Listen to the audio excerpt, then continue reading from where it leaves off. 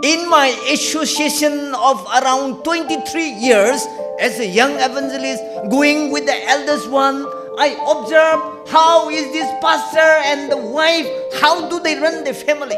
And many of the words which come to my ear and which I have seen somehow, the pastor is very good, but the wife, Another side, that pastor is hopeless if it is not by his wife. That pastor is hopeless. He don't know anything except by his wife. You and I are in that one. What kind of shepherdess we are? That is the little thing that we would like to share together here. You are my witness.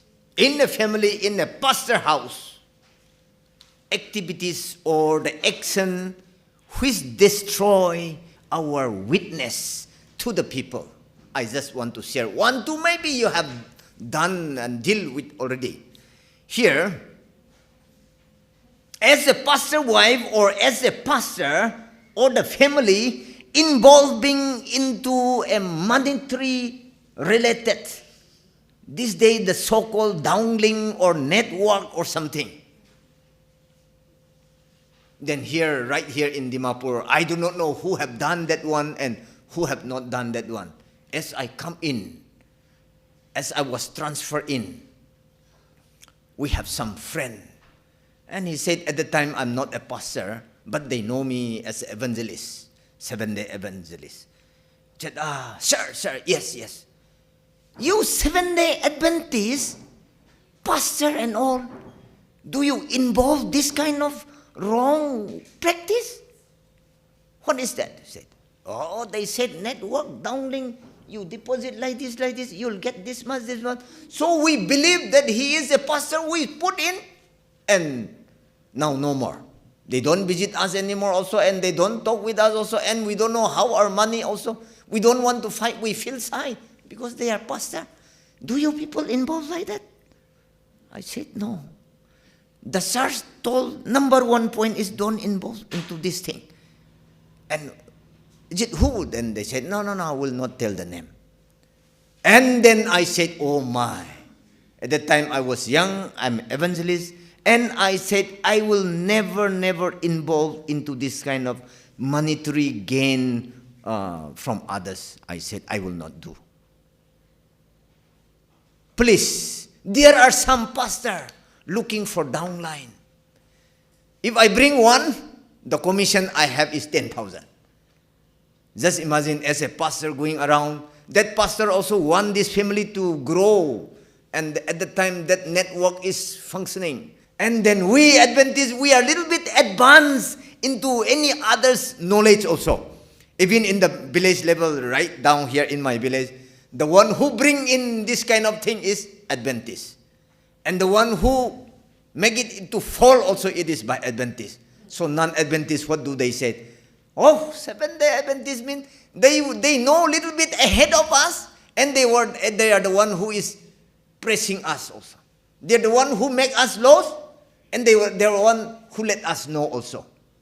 That has been going on. So as a pastor wife and as a pastor family, let us not involve into this kind of money things, download or downlink or what network or what kind of work, I do not know. Please let us not involve into this monetary thing. And then people look at it and say, they are very interested only in money, not in our soul or not in any others. Negative thought can be with us. So please, these are the people being called. I have 40 minutes, I said I may not take. As a young man, as a young boy, my father used to be the elder or deacon, or at that time, whether it is organized or we do not know. One of my fathers also is one of the pioneers there. Any pastor came, they came and stay in my home. The first pastor, I look at them and they came with tithe. It was Pastor Y.D. Luikam. Y.D. Luikam came with tithe for us. In those times, a man with a decent shirt and with tithe. We thought if a pastor come, we consider them as being sent from heaven. We have that much reverence and respect. And as a young boy sitting in the front, I said, oh, it's very nice to look this man with this kind of dress. I wish I want to be like them. When I was young, I had that thought.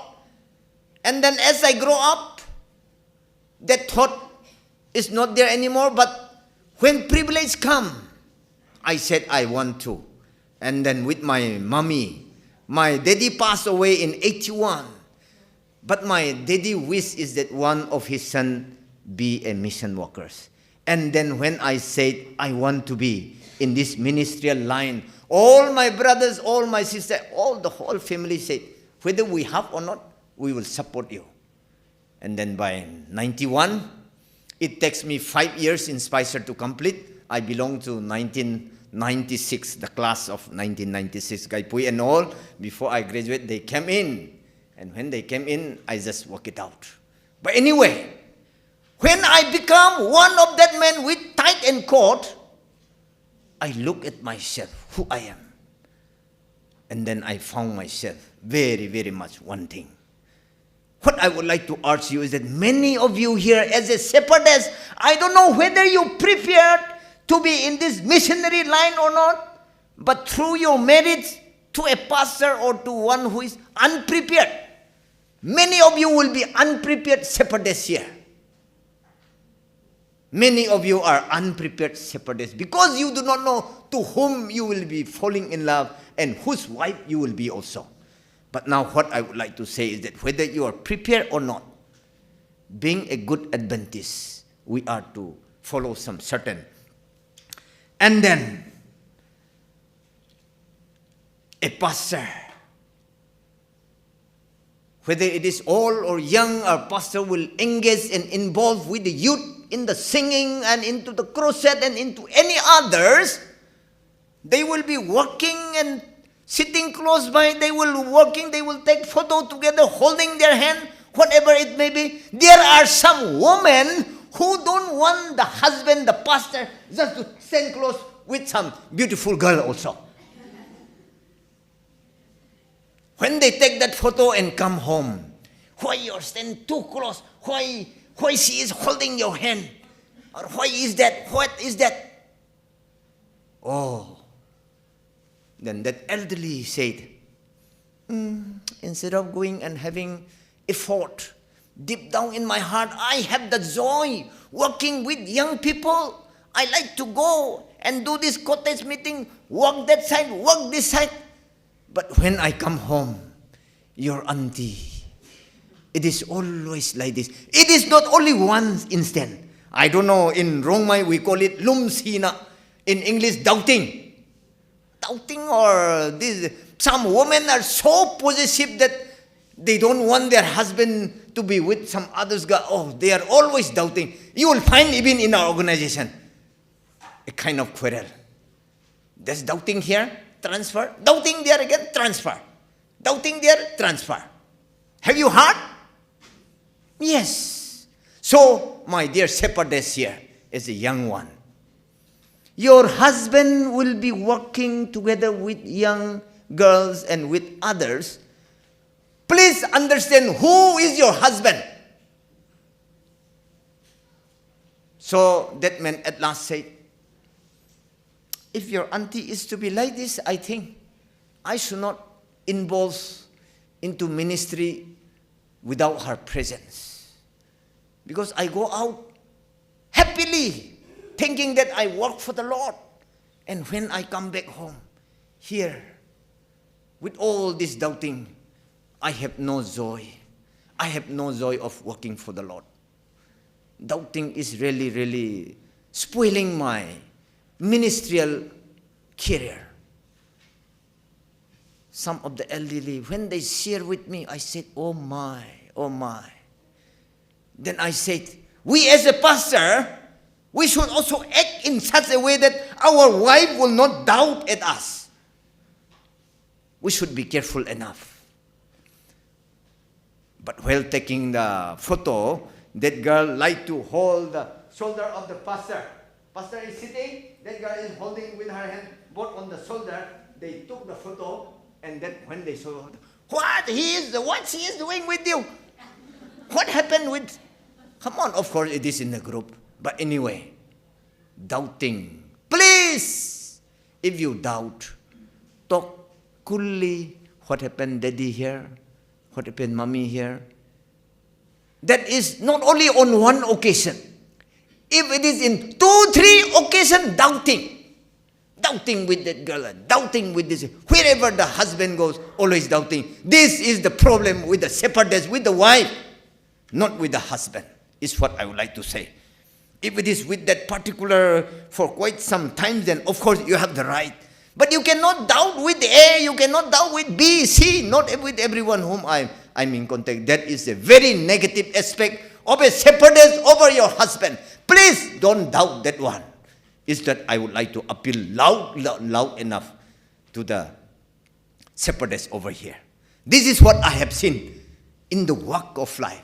What I saw, I'm just sharing. And then another aspect what I saw is that we have internal conflict on being human. We have conflict sometimes. Yeah, ma'am. Your family and my family, we will have some misunderstanding coming up. It is with every one of us. When that conflict comes, usually a man thinking is hot-headed. Man is prepared for action. Anything come, let's fight. If I die, I will die. Man is a fighting animal. And then woman is wise enough. They try not to confront physically. But women are gifted with God. With the temper is stretchable with women more. When I count in the average. They play politically out here in the brain. And then they can restrain and they can hold back.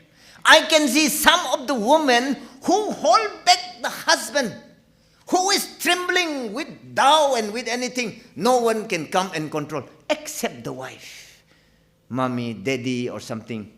The wife can control the husband. In this internal conflict among us, in the church, among our friends, it is you, the wife, who can control. God has given you a better thinking capability in the time of anger, how your family should be. Whether it can be pastor or it can be anywhere. One day, a pastor was preaching about temperance. Then here he said, we should not drink, we should not smoke. And then that man who is a drunkard and smoker happened to come to the church. Then right after the church is over, that man come and confront him. You saw me, I'm coming to church only today. So you look at me and you're saying, we should not drink, you should not smoke. You are challenging me. What is that, pastor? You want? Really? He said, yes, come. He put the Bible aside, whether pastor or not pastor, come on. Right after the church. Come on, men, if we don't have that. Sometimes we lose that gentleness and humbleness when someone confronts in us. But it is you, the woman. It is you, the woman, to control your husband. The key is in your hand. The beauty, the progress, the prosperity of a family, as I saw, is in the hand of the wife. Even running the family, 70% lies in the hand of the wife. Ma'am Kopra has said, bringing 5 friends, 6 friends, whatever it may be. On some occasion, he can be right, he can be wrong, but what kind of family you have? What kind of this thing? Everything, 70% of the power is controlled by a lady, according to my observation. Man in his anger, whoa, like tiger. When that anger is gone, wife with tactfully will control the man. They say, okay. But if they are angry, be careful. There's a proverb says in our Rongmai, in the argument or in the fight, the day you are right, you'll get beating. You got my point? We start arguing. I am wrong, you are right. We keep on arguing and arguing. the husband will become angrier and hotter. Since you are right, you will not live aside anymore. So the husband, the day the woman is right, the woman got the beating here, it says. So, but woman knows, women are wiser than men. So as a shepherdess, you have to know who your husband is. And the husband also have to know the weakness, the goodness, and the weakness of the wife also. We have to know that one. Okay. And then 50 notorious women, world famous series is there. 50 notorious women in the world when they comes. France and England, they fight bloodiest battle 3 times, not between a king. The rival is between the queen. Queen of England and the Queen of France.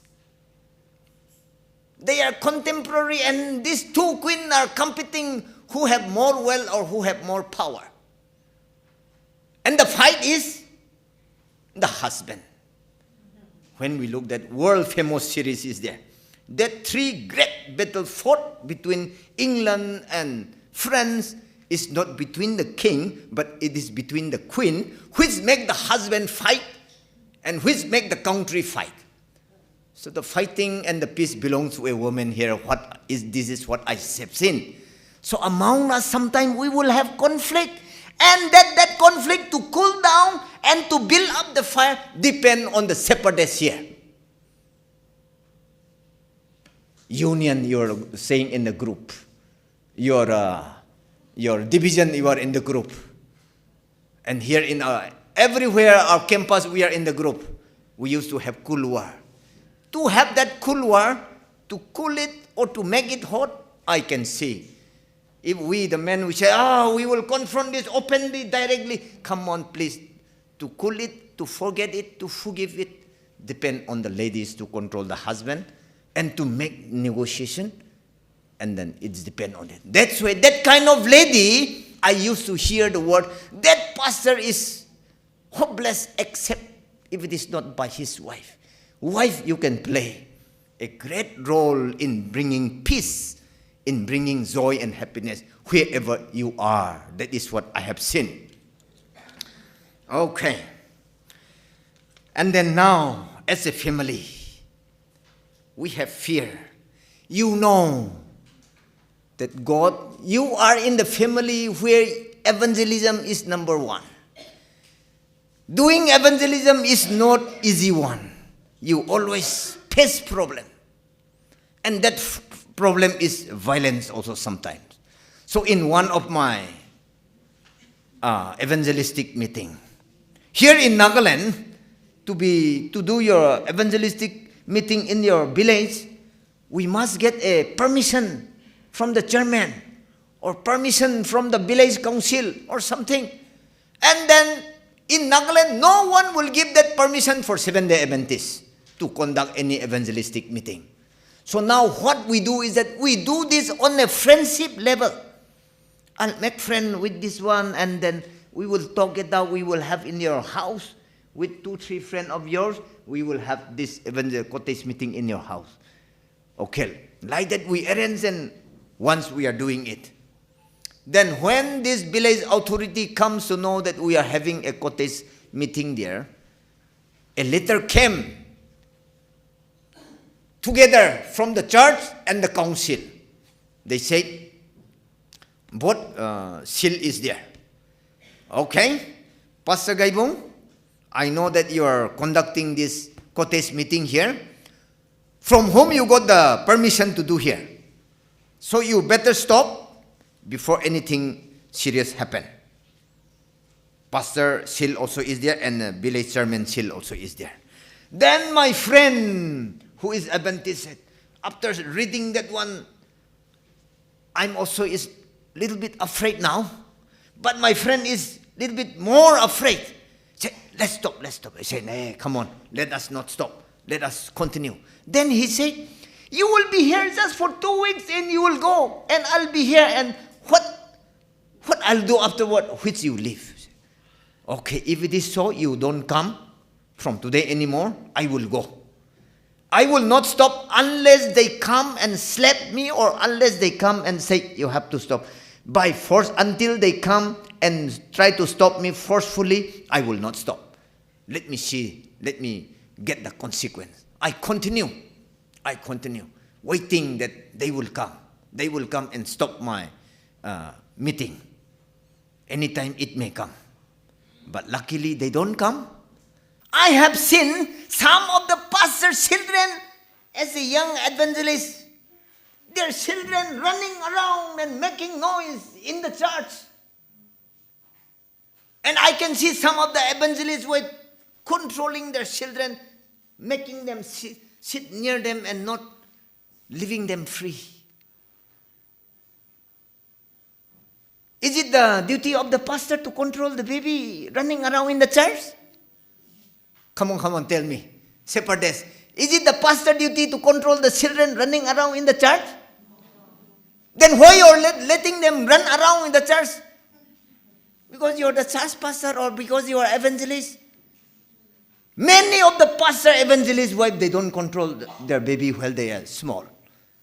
Oh, some of them will climb out even in the pulpit also.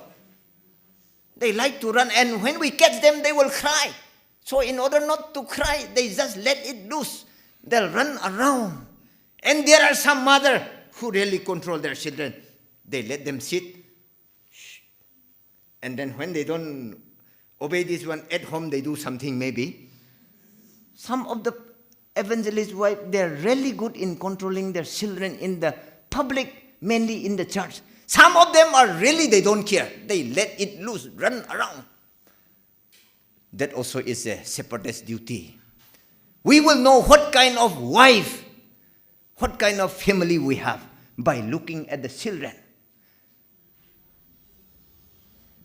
The saddest part is pastor's children, pastor's sons and daughters. When they grow up, they live the Adventist principle. Drugs addicts, alcoholic, and others, tobacco and others. When the pastor's sons and daughters, when they are not in that line, let it be Nagaland pastor family, Mizo family will be equally hard. Oh, pastor family from Nagaland, they are doing that. They will not be happy because we are one into that. And when we know that in that part, so what we expect is that to keep our children in control and to bring them up in the principle of our Seventh-day Adventist church, that responsibility lies with the shepherdess. The hen that rocked the cradles ruled the world. What kind of children you want? You can vision what kind of daughters you will have, what kind of son you will have. It all in your brain. So, shepherdess. The most important evangelist, the most important work, bringing others is good. Keeping your house and your children inside the fence is the most important work for you as a shepherdess. Because these days we cannot keep our children. You'll hear, you'll find many of the pastor's son addict, drugs addict, and which cannot be controlled anymore. And many of the pastor's daughters married off to others. And then do we teach our children? That's why in our youth, pass it on, I said. We fail to pass on the faith we adorn or the faith we hold to our baby, to our children. To pass on that faith which you have to our children is the number one duty of a mother, which is called the shepherdess.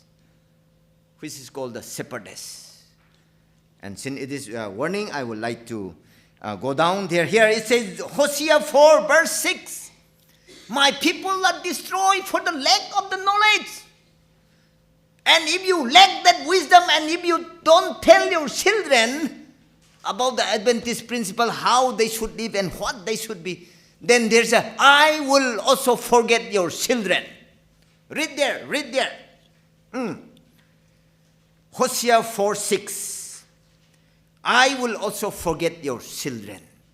So teaching the children and bringing them up in the Adventist principle, the way how they should be. From the birth, from that young age itself, you have to train them. And when they grow up, they will not depart. That training, mainly 80% falls on the hand of the shepherdess.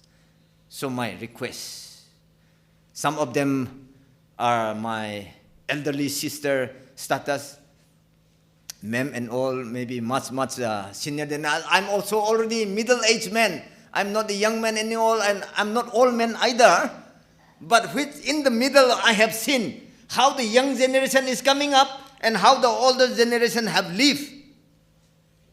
I'm in the middle, and I show both of it. The adornment, when it comes to adornment, I would like to say a little bit. In the year 2000 or somewhere, in the marriage program or anything, I'm talking about locally. When they put lipstick during a marriage program, church will sit back. Why they put lipstick? Will take discipline. Up to that we are strict. But this day, let it be pastor, son, pastor, wife, anything, blue, black, what, everything. Okay, whatever it may be. Maybe because of the time and season. Some of them are really strict into it, though they are not good at. They will never put little bit, of course, I said. But don't blame me, of course, okay. I don't condemn or I don't do anything. But we should adorn to look beautiful, but not to the extreme. Some of the girls, as they come up, they will put in between here some blue or green. And when some boys are coming, they will bling red, green. I don't know whether you have seen this or not out here in the street.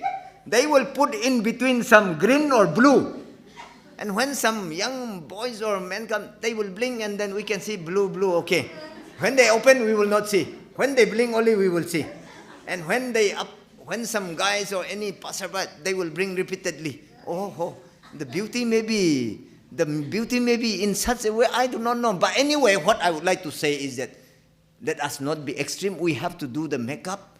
We have to adorn ourselves. Pastor wives should know how to dress properly, how to look beautiful, how to look attractive.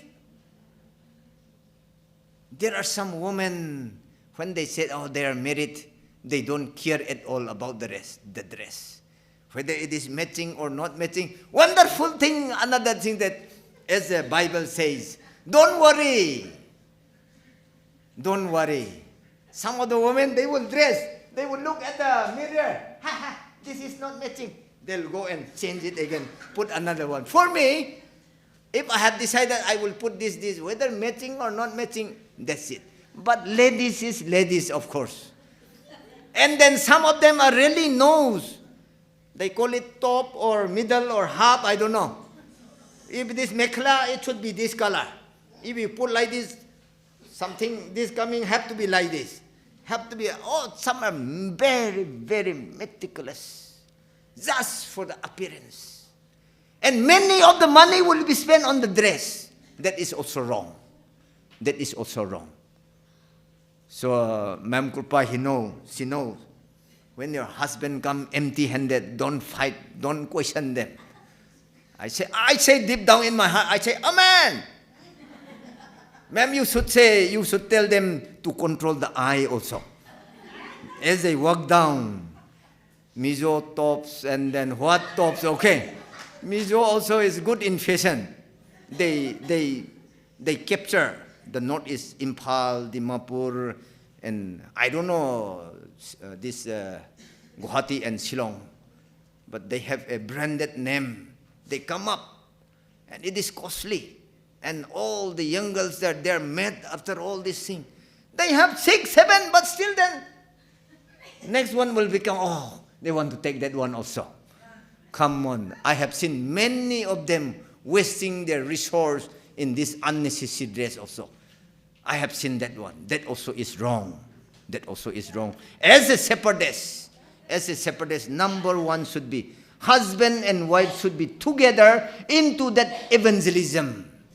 evangelism is the man. If the husband is lazy, it is the duty of the wife to push them. Daddy, this time you are not this, come on, do it. Or somewhat like encouraging, and this hand have to be together is what I would like to say. And this husband and wife have to be together in all the activities, If not, just imagine. Adam and Eve, when they are together, do they fall into sin? No. Because they can discuss. Eve sinned when she separated from the husband.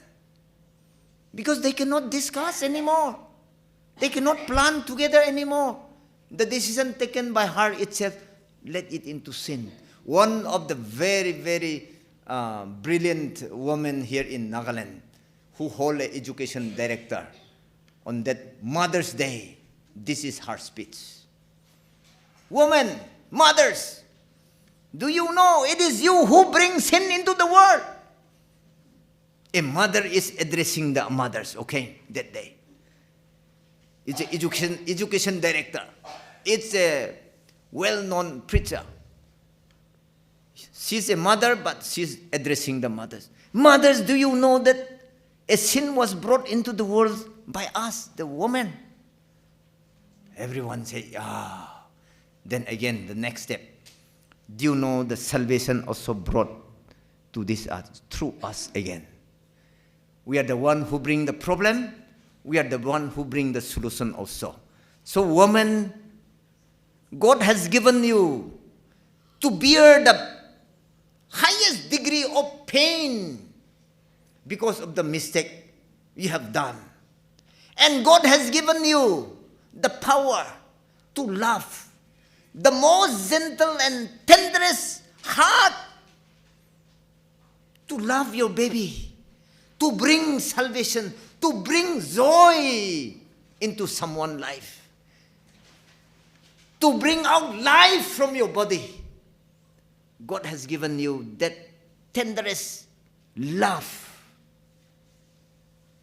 where a man cannot experience.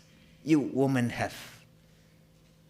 In loving maybe your children or anyone, anything, I don't know. Whenever we have a evangelistic meeting or cottage meeting or anything, the one to respond and the one to come more is ladies. And when they lead, so it is they that will raise up their hand. Yes, I will accept this truth. They will look at the husband and say, I will accept the truth. But the husband, they will not readily accept also. Many of them coming into Seventh-day Adventists are brought in by their wife. Hearing the story, they say, this is the truth. This is according to the Bible. I will take my stand. But the husband said, the husband will not say no also. The husband will not say yes also. So alas, what do? This woman said, if you come with me, well and good. If you don't come with me, well and good. I'm leaving this. I'm becoming Seventh-day Adventist. If you love me, you let us be in one. Because they are speaking from the truth. It is the woman who grabs the truth easily. It is the woman who can show love. It is the woman who is more interested into all these things. That's why, whether you are prepared shepherdess or not, what I would like to say here is that, and as a shepherdess, as a pastor, we should be able to keep our family in order. How our children should be, how our son should be, how the husband should be, how the wife should be. There should be a complete chemistry, there should be complete love, and there should be complete understanding. And whenever we have, let me tell you, when we have a heated argument or when we have some misunderstanding coming up, woman, you are more stubborn. And then let me quote this one. If a man knows that he have made a mistake, and if he said sorry, he's an honest man. If a man, he doesn't know whether he made mistake or not, but still he will say sorry, he's a good man. A man who knows that he is right, but still says sorry, is your husband. Can you say amen to that? You will not say because you have that one. Let me tell you, a man who knows that he is right, but still they will say sorry in order to make his family happy. Because women, when they decide that one, they will not break the ice. Unless the husband or the father said, Mommy, I am wrong. I am right. Still then, in order to bring back that joy and laughter into the family, this father or daddy will come, Mommy, I'm sorry. Okay. They are happy to hear that word sorry. A man who knows that he is right, but still then he will say sorry, is your husband. Whether you like or not, this is what I have found. This is what I have found. And then here it says, a man who will listen to you once, what you say, that man is your father. The man who will listen to you when you speak 2 times, that is your brother. The man who will listen to you when you speak 3 times, that is your son. And the man who will not listen to you how many times you're saying, that is your husband. Now I equate. One who will never listen to you how many times you are saying, how can you stay together? But here this man also knows how to keep his family happy. I know that I am right, but still then, if I don't say sorry, my house will fall apart. So a man say, if I am right also, unless I don't say sorry, this wife will burn the house. So, Mommy, I'm sorry. Okay. It bring come. The man who will not listen to you, but who will say sorry. God have prepared in such a beautiful way. One hot one and one who is little cool and who can understand and work together. So it's God's calling. Whether you are prepared or not, you are shepherdess. Your duty is to keep your house in order, your sons and daughters in the way how they should be. And you are to support your husband. And together, if you have that focal focus into evangelism, God will bless you. So shepherdess, when we have this kind of advisory, it's really helped us. The little thing what I have shared is that what I have seen in the process of my life and what I have seen, how people are living out their life. That's way.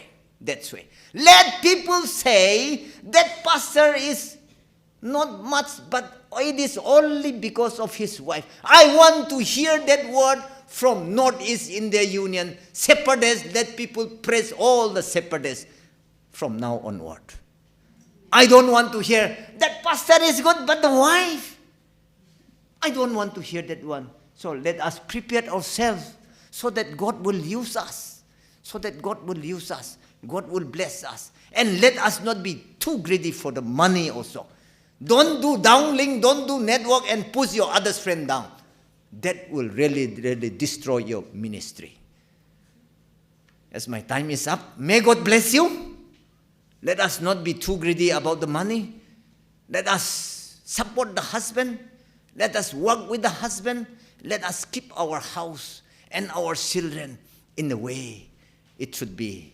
And then when the Lord's come, and when we have the little problem come, let us break the ice. Let us say, Daddy, forgive me. Mommy, forgive me. On being human, sometimes we have an argument, but that argument should not separate us. We have to pray for each other, hold our hand, and then may God will bless us. And as a pastor wife and as a pastor family, let people see the light brighten the corner where you are. That is the little thought that I would like to say. May God bless all the pastor family here.